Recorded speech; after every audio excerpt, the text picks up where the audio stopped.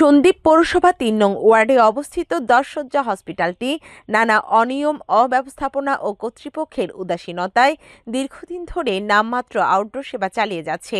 একজন ডাক্তার সর্বোচ্চ ১ ঘন্টা বসে চিকিৎসা দেয়, তাও অনিয়মিত। অন্যদিকে ১০ বেডের হসপিটাল হলেও তার বেড অনেক আগেই তুলে নিয়েছে নানা অজুহাতে, যার কারণে পৌরসভা সহ ৩টি ইউনিয়নের লোক স্বাস্থ্যসেবা থেকে বঞ্চিত হচ্ছে অনেক বছর ধরে। হাসপাতালের এই করুণ দশা নিয়ে এলাকাবাসী বরাবরই সোচ্চার থাকলেও কর্তৃপক্ষ তা আমলে নিচ্ছে না। এমন সংবাদ পেয়ে ১৪ই মার্চ পরিদর্শন করেন এবং বিদ্যমান সমস্যাগুলো নিয়ে স্থানীয় এলাকাবাসীর সাথে মতবিনিময় করেন বাংলাদেশ জাতীয়তাবাদী দল বিএনপির জাতীয় কেন্দ্রীয় নির্বাহী কমিটির প্রভাবশালী সদস্য ও বহির্বিশ্ব সন্দ্বীপ জাতীয়তাবাদী ফোরাম এর সভাপতি মিজানুর রহমান ভূঁইয়া মিল্টন। তিনি এই বেহাল দশা অনুভব করতে পেরে সরকারের নীতি নির্ধারণী পর্যায়ে সেটি তুলে ধরবেন এবং সন্দ্বীপের গর্বিত সন্তান বিদ্যুৎ জ্বালানি সড়ক উপদেষ্টা ফাউজুল কবির খান এর সহযোগিতায় তা ঢেলে সাজানোর প্রতিশ্রুতি দেন।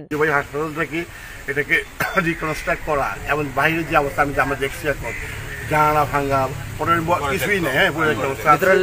আমি ইনশাল্লাহ তোমাদেরকে আমি আশ্বস্ত করতেছি এবং এই হাসপাতাল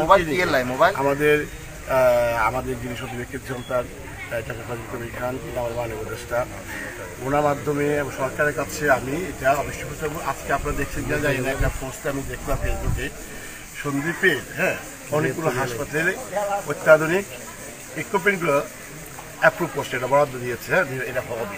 এই সময় তার সাথে উপস্থিত ছিলেন চট্টগ্রাম মেট্রোপলিটন সাংবাদিক ইউনিয়নের সাধারণ সম্পাদক সালেহ নোমান, উপদেষ্টার প্রতিনিধি সোহেল কবির, পৌরসভা বিএনপির যুগ্ম আহ্বায়ক মাহবুবুল আলম শিমুল, যুগ্ম আহ্বায়ক মোহাম্মদ মাইনুদ্দিন, সাবেক কাউন্সিলর মোহাম্মদ কাউসার নাসিরউদ্দিন সহ উপজেলা ও পৌরসভা বিএনপি ও অঙ্গ সংগঠনের বিভিন্ন পর্যায়ের নেতৃবৃন্দ।